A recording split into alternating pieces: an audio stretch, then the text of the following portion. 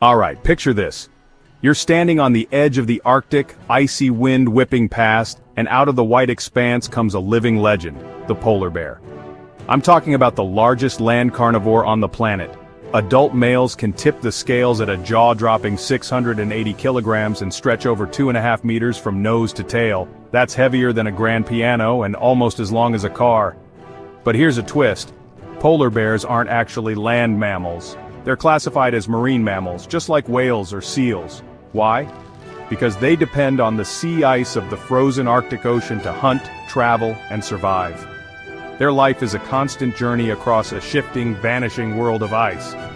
Now let's talk about that iconic fur. It looks white, but it's actually translucent, reflecting light like a frosty magic trick. Underneath, jet black skin, perfect for soaking up every drop of rare Arctic sunshine. Nature's own solar panel.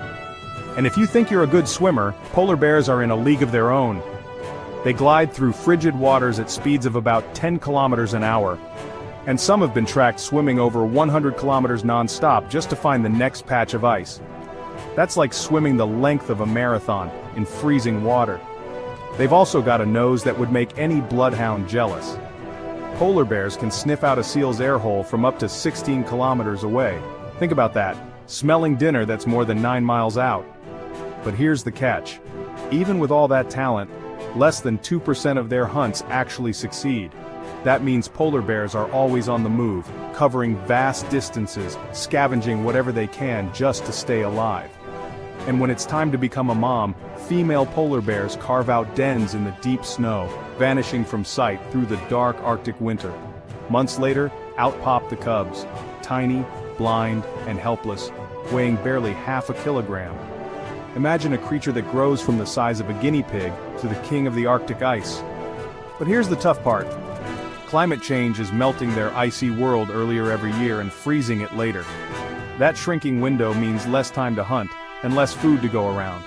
So polar bears are now listed as vulnerable.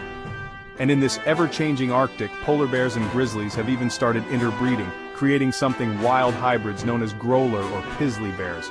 Proof that nature is always adapting even when things get tough. One last quirky fact. For all their size, polar bears have a tiny tail, just a couple inches long. A little reminder of their bear ancestors, trailing behind them as they roam the endless white.